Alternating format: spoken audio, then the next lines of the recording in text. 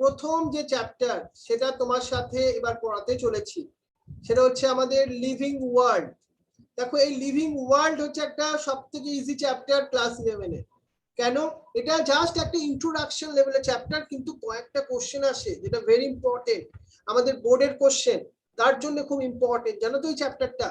দেখি এই living world এর মধ্যে তোমরা সবাই হেডিং দিয়ে দাও একটু তোমার খাতায়, চ্যাপ্টারটার নাম সেটা হচ্ছে লিভিং ওয়ার্ল্ড। তোমরা সবাই হেডিং দাও একটা লিভিং ওয়ার্ল্ড।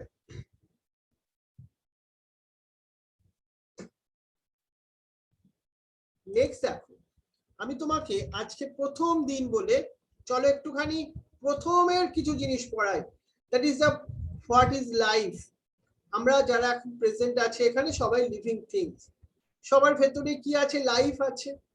এটা তোমাদের একটা বডি, বা বডির ভেতরে কিছু একটা আছে, দ্যাট ইজ দ্য লাইফ। লাইফের জন্যই we are the living things, right? But what is the life, সেই কোশ্চেনটা একটু খাতায় লেখো। What is the life? কারণ আমরা বায়োলজি পড়ছি, সো আমরা বায়োলজির মধ্যে কি লার্ন করব? What we are learn in the biology, the living things and different processes, what is happening in the living things. So firstly আমাদের কি জানা উচিত? What is the life? The life is a very unique and complex organization of the molecules that is most important, and expressing through the chemical reaction. We know that our body, not only our body, in the living organism, they made up of cells. Inside the cells, different type of chemical reaction takes place, and all the events, it is the effect of the chemical reaction happening inside the cell. You already know that the life ultimately lead to growth, development, responsiveness, and adaptation and reproduction. That is that is the some basic property of the life, right? তোমার খাতাতে তুমি একটু এই পয়েন্টগুলো note করে নাও। Growth, development, responsiveness, adaptation and reproduction. আমরা এই ক্যারেক্টার গুলো যখনই দেখব তাকে আমরা কি বলবো? তাদের মধ্যে লাইফ আছে, তাদের গ্রোথ হয়, তাদের ডেভেলপমেন্ট হয়, তাদের responsiveness they can show, and adaptation and some reproduction power. এই হচ্ছে আমাদের লাইফ। আজকে আমরা পড়ছি তো living world, so living substance গুলো সম্বন্ধে এট ফার্স্ট আমাদের কিছু আইডিয়া থাকা দরকার। কেন তুমি লিভিং? তোমার মধ্যে কি প্রপার্টি আছে? নেক্সট দেখো, নেক্সট একটা খাতায় হেডিং দাও, what is living organism. Life তো বুঝলাম, but what is a living organism কি? দেখো living organism means the self-replicating. Self-replicating means they can copy their himself, evolving and self-regulating. আমাদের বডি সেখানে কি হয়? ইন্টারনালি না রেগুলেট হতে থাকে। কেমন ভাবে রেগুলেট হয়? আমি যে তোমায় কথা বলছি সেটাও রেগুলেটেড ম্যানারে, আমি যে তোমাকে এই যে হাত নাড়ছি দ্যাট ইজ আ রেগুলেটেড ম্যানারে। এছাড়াও যখন আমরা কোনো মনে করো স্টিমুলাস প্রোভাইড করি, আমরা কি করি? রেসপন্স করি ওই এক্সটার্নাল স্টিমুলাস থেকে। আমরা মনে করো পূর্বাশাকে একটা কি হলো, এটা অ্যান্ট মানে পিঁপড়ে কামড়ে দিল, ও কি করবে? চেঁচিয়ে উঠবে, রেসপন্স করবে, তাই না? শ্রেয়াকেও করলে শ্রেয়াও রেসপন্স করবে, ঐন্দ্রিয় করবে, আর্যচন্দ্র মেরেই দেবে হয়তো সেই অ্যান্টটাকে, আর একটু বেশি রেসপন্স করে দেবে, তাই না? কিন্তু সবাই রেসপন্স করবে, ক্লিয়ার? অনন্যা ঋদ্ধিও করবে, কে করবে না? সবাই করবে, কারণ you are the living organism. তাহলে এই হচ্ছে ক্যারেক্টার গুলো, এই ক্যারেক্টার গুলো একটুখানি মধ্যে একটু লিখে নাও। Self replicating, evolving, self regulating and response to external stimuli. That is the most important.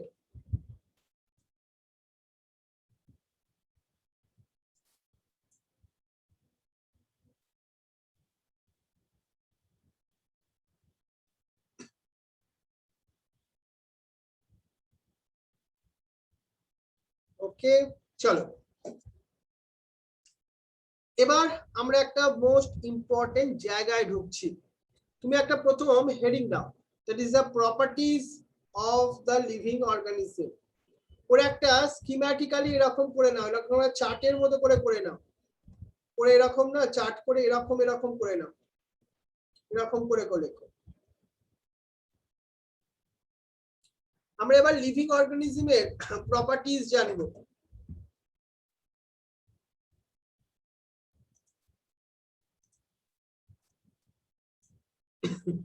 তার প্রথম পয়েন্টে লেখো গ্রোথ।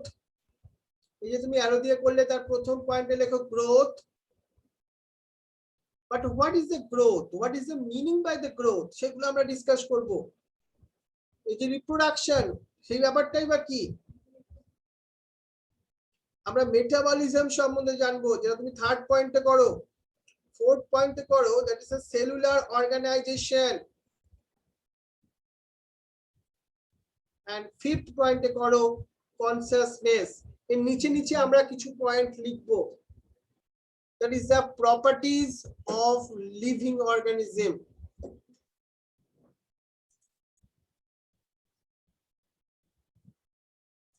তাহলে প্রথমে চলো আমরা একটা একটা করে শুরু করি। সব পয়েন্টগুলো লিখেছো তো? কারো যদি না হয় লেখা বলো। তাহলে আমরা প্রথম পয়েন্টটাকে নিয়ে ডিসকাস করব, দ্যাট ইজ দ্য গ্রোথ। দেখো গ্রোথ তোমাদের সবার হয়েছে। সাপোজ ঋদ্ধিকে যদি দেখো, ছোটবেলায় কতখানি ছিল জানো, এরকম ছোট্ট ছিল, আজকে এত এত বড় হয়ে গেছে, তোমার দেখাতেই পাচ্ছি না এত বড় হয়ে গেছে। রাইট? কেন হয়েছে? গ্রোথের জন্য হয়েছে। রাইট? গ্রোথ তাহলে ব্যাপারটা কি? গ্রোথ দেখো, এই যে তোমার ঋদ্ধিক আর অনন্যাও আলটিমেটলি স্টার্ট করেছিল তাদের লাইফ একটা সিঙ্গেল সেল থেকে। জানো, বলতে পারবে ঋদ্ধি আর অনন্যা এই সিঙ্গেল সেলটার নাম কি?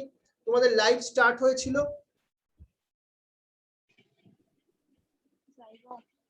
হ্যাঁ অনন্যা ঠিক বলেছে একদম, that is the zygote. Zygote না, এরকম একটা এরকম সেল ছিল, দেখো এরকম, যে তুমি এখানে দেখতে পাচ্ছ।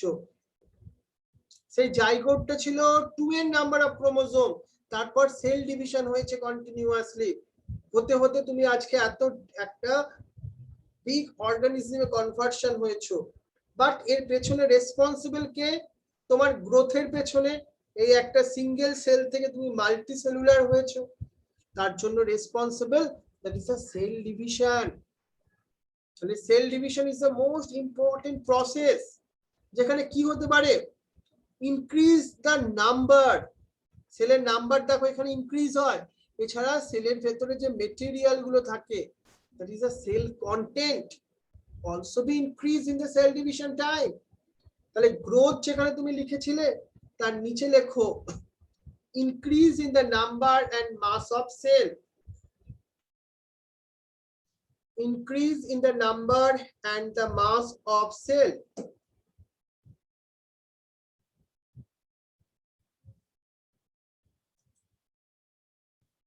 Increase the number and the mass of the cell by the cell division. আমরা এই গ্রোথের সময় কোন ধরনের সেল ডিভিশনের কথা বলছি? মাইটোসিস না মিওসিস, বলবে একটুখানি? মাইটোসিস। রাইট রাইট, একদম ভেরি গুড। তাহলে বাই দ্য সেল ডিভিশন লিখে নাও, that is the mitosis process. By the mitosis process.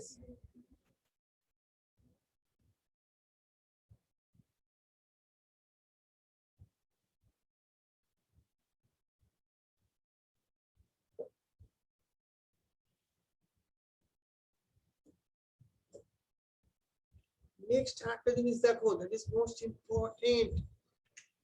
আমরা এখনো গ্রোথটা সম্বন্ধে একটু জানি। প্ল্যান্টস এর ক্ষেত্রে গ্রোথটা কি হয়? Through out the life. তুমি একটা গাছ বসিয়েছো, এই গাছটা কি হচ্ছে? কন্টিনিউয়াসলি সারা বছর তার লাইফ স্প্যান ধরে সে গ্রোথ করছে।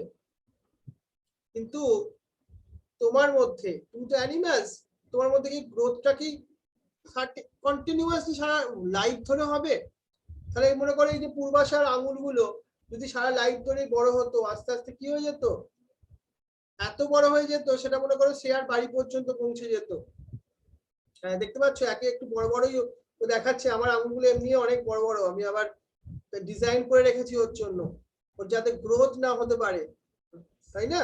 কিন্তু ওর গ্রোথ হবে না সার্টেন একটা টাইম অবধি, নাহলে তো আমরা ভয় পেয়ে যেতাম, তাহলে আমরা পরীক্ষায় নিতাম না পূর্বাশাকে, জানি ভয়তে ওখান থেকে কোথায় বুঝতেই পারছো আঙুল দিয়ে আঘাত করে দেবে। কিন্তু হয় না বলে আজকে আমরা সাহস করে ওকে এক্সাম দিতে পারবো, তার কারণটা হচ্ছে কি ও অ্যানিম্যাল, ওর গ্রোথটা হয় সার্টেন টাইম, সার্টেন এজ এবং সার্টেন অবধি, তাই না? তাহলে আমরা একটা জিনিস লিখে রাখো, ওই গ্রোথের নিচে প্ল্যান্টস এর ক্ষেত্রে গ্রোথ হয় throughout their life span, আর অ্যানিমালস এর ক্ষেত্রে up to a certain age.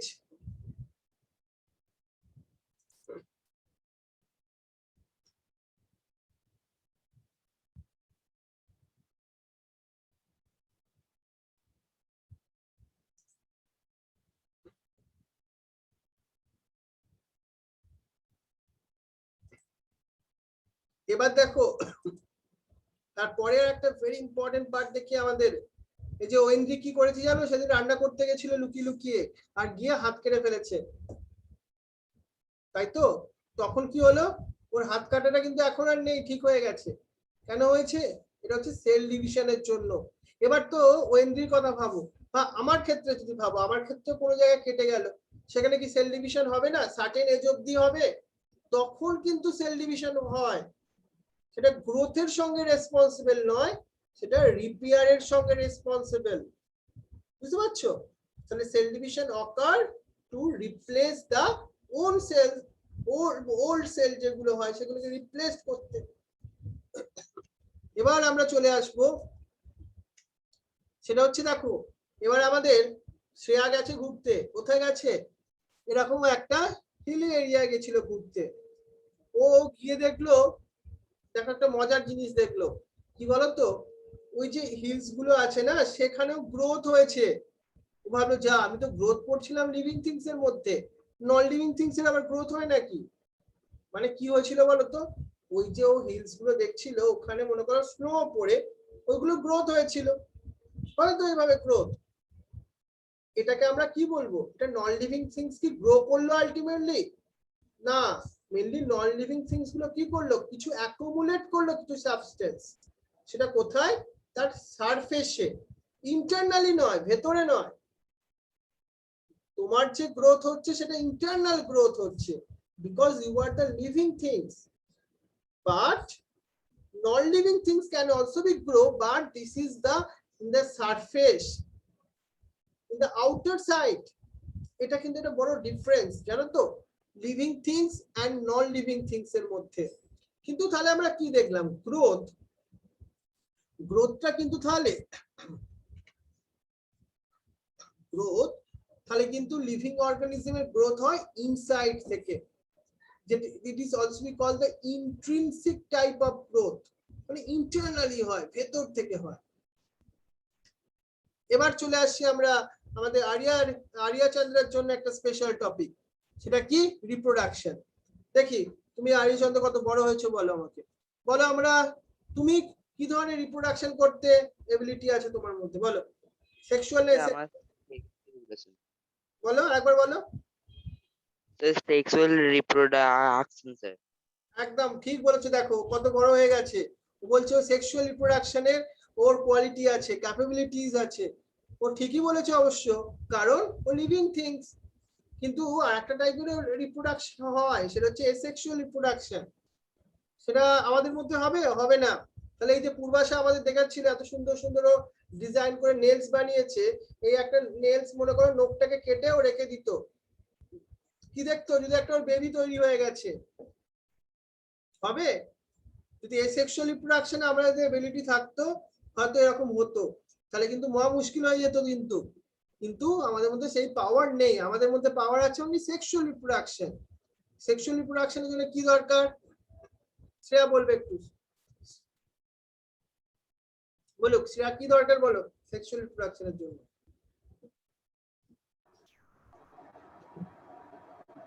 Sir আমি বুঝতে পারছি না কোশ্চেন। শ্রেয়া বলো, আমি শুনতে পেলাম না কথাটা, যা যা বলো শ্রেয়া।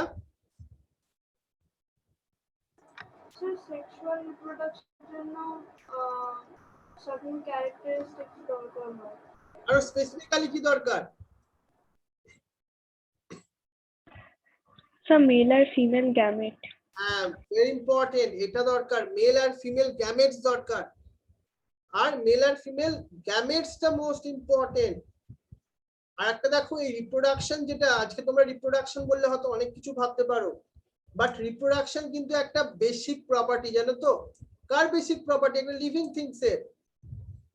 আর এই যে লিভিং থিংস এর বেসিক প্রপার্টি বলে রিপ্রোডাকশনে সবসময় কি হয়, এখানে প্রোডাকশন হয় of the progeny have the similar to those parents.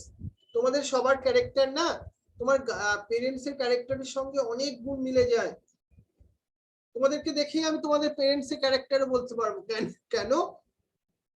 তোমরা তো রিপ্রোডাকশনেরই প্রোডাক্ট বলতে পারি আমরা, অ্যাজ এ বায়োলজিক্যালি কনসেপ্টে যদি ভাবি। বাট তোমরা যেহেতু সেক্সুয়ালি রিপ্রোডাকশনের থ্রু দিয়ে হয়েছো, তোমাদের মধ্যে কি হয়েছে, কিছু ভ্যারিয়েশন এসছে। তাহলে অর্গানিজম গুলো রিপ্রোডাকশন করে সেক্সুয়ালি এন্ড এসেক্সুয়ালি। তোমরা রিপ্রোডাকশন নিচে দুটো ওয়ার্ড লিখে রাখো, এসেক্সুয়ালি এন্ড সেক্সুয়ালি। আমরা ক্লাস 12 এ এগুলো সম্বন্ধে ডিটেইলসে দেখবো। রিপ্রোডাকশনের আন্ডারে এই দুটো একটু লিখে রাখো। আমি এরপর আবার একটা লিংক পাঠাবো, সেটা জয়েন করবে, তারপরে পার্টটা আবার পড়বো আজকে। তাহলে asexual and sexual. But unicellular organism গুলো দেখো, ইউনিসেলুলার অর্গানিজম মানে তাদের মধ্যে have the one single cell. তাদের ক্ষেত্রে growth and reproduction is the same things. তাদের গ্রোথ হওয়া মানে কি, সেল ডিভিশন হওয়া, সেল ডিভিশন হওয়া মানে তাদের রিপ্রোডাকশন হওয়া। তাহলে ইউনিসেলুলার অর্গানিজম গুলোর ক্ষেত্রে কিন্তু growth and reproduction are the same. আমরা ইউনিসেলুলার অর্গানিজম লাইক ব্যাকটেরিয়ার কথা ভাবতে পারি, আমরা আর কার কথা ভাবতে পারি, আমরা অ্যামিবার কথা ভাবতে পারি। তাদের ক্ষেত্রে sell division is the reproduction. বুঝতে পারছো? পূর্বাশা, পূর্বাশা মাথায় হাত দেওয়ার কোনো এখন দুঃখ করার কিছু নেই। একটু বড় হলে তুমিও পারবে রিপ্রোডাকশন করতে। ও মাথায় হাত দিয়ে নার্ভাস হয়ে যাচ্ছে। কিন্তু কিছু আছে অর্গানিজম তারা রিপ্রোডাকশনই পারে না গো। তুমি দেখতে পাচ্ছ এই যে মিউল, দেখেছো মিউল? খচ্চর, ঘোড়া নয় এটা, এটাকে বলে বাংলায় খচ্চর বলে, মিউল। এই যে ওয়ার্কার হানিবি বা কিছু ইনফার্টাইল কাপলস আছে, তাদেরও তো বেবি হয় না গো। মানে আমরা রিপ্রোডাকশন মানে তো বেবি বলতে পারি। তাহলে কি আমরা ওই যে যাদের মনে করো বাচ্চা হয় না, যেসব হিউম্যান কাপলস, তাদেরকে আমরা নন লিভিং থিংস বলবো? আমরা কি এই মিউলকে বলবো যা তুই নন লিভিং, কারণ তুই রিপ্রোডাকশন পারিস না? তাহলে রিপ্রোডাকশনটা কিন্তু is not a perfect defining property. গ্রোথটাও কিন্তু ডিফাইনিং প্রপার্টি নয়, রিপ্রোডাকশনটাও নয়। আমরা গ্রোথ কি দেখলাম, নন লিভিং থিংস এরও গ্রোথ হয়, রিপ্রোডাকশন আবার দেখলাম এদের এক্সেপশন। তাহলে এগুলো মেন ডিফাইনিং প্রপার্টিজ নয়। কোন দুটো? Growth and reproduction. ক্লিয়ার? এবার তোমাকে আমি বোঝাবো that is the metabolism. Metabolism মানে কি? আমাদের তো বডিতে সেল আছে, সেলের মধ্যে হয় different type of chemical reaction. অনেক কেমিক্যাল রিঅ্যাকশন হয় কোথায়? সেলের মধ্যে। কিছু আবার কি হয় জানো তো, কনস্ট্রাকটিভ টাইপ, এন্ড কিছু হয় ডিস্ট্রাকটিভ টাইপ। মানে কিছুতে আলটিমেটলি কি হয়, কিছু কমপ্লেক্স মেটেরিয়াল গুলো সিম্পলে কনভার্সন হয়, that is called the catabolic process. On the other hand, the anabolic process, ওখানে সিম্পল মলিকিউলস গুলো কনভার্সন হয় কমপ্লেক্স মলিকিউলস এ। অ্যানাবলিক প্রসেস যেখানে ড্রাই ওয়েটটা ইনক্রিজ হয়, ক্যাটাবলিক প্রসেসে ড্রাই ওয়েট ডিক্রিজ করে।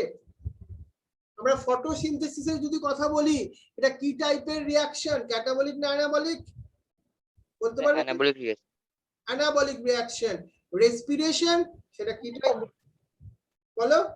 Catabolic. Right, very good, catabolic. এই reaction গুলো এভরি অর্গানিজমের মধ্যে হতেই হবে। তুমি এমন কোন living organism you can not imagine that is without metabolism, without chemical reaction. তাহলে সবার মধ্যেই কেমিক্যাল রিঅ্যাকশন হয়, তোমার প্রত্যেকটা সেলের মধ্যে। এই যে অনন্য গালে হাত দিয়েছে, এখনো ওর মধ্যে হচ্ছে, রাইট? তোমার মধ্যে কেমিক্যাল রিয়াকশন হলো অনন্যা, তখনই আবার ও হাত থেকে নামিয়ে নিল, হলো তো? খুশি তুমি এর জন্য না খুশি নয়? এই তো হেসে দিয়েছে মানে খুশি, বুঝেছো? তাহলে that is the defining property. মানে আমাদের ঐন্দ্রিলা মনে করো হাসেনি, ও বেশ না হেসে আছে, আর আমাদের অনন্যা হেসেছে, কিন্তু দুজনের মধ্যে কি ঘটেছে? এই কেমিক্যাল রিয়াকশন ঘটছে, মানে এটা সবার মধ্যে হবে। তাই এটাকে আমরা কি বলবো? আমরা বলবো ডিফাইনিং প্রপার্টিজ। মানে এটা মেন প্রপার্টি, যা সেটা তুমি বলতে পারো লিভিং অর্গানিজমের আছে। তাহলে আমরা মেটাবলিজমটাকে রাইট দিই, গ্রোথটাকে তো কেটে দিয়েছিলাম, ডিফাইনিং নয়, রিপ্রোডাকশনও নয়, বাট মেটাবলিজমটাকে রাইট দিয়ে দিলাম। কিন্তু কিছু আবার রিয়াকশন জানো তো, মেটাবলিক রিয়াকশন, সেটা আউটসাইড দা সেলের আন্ডারে হতে পারে, সেটাকে আমরা বলবো in vitro reaction. In vitro মানে আউটসাইড দা বডি। এই রিয়াকশন গুলো কিছু কিছু তো আমরা ল্যাবরেটরিতে করতে পারি।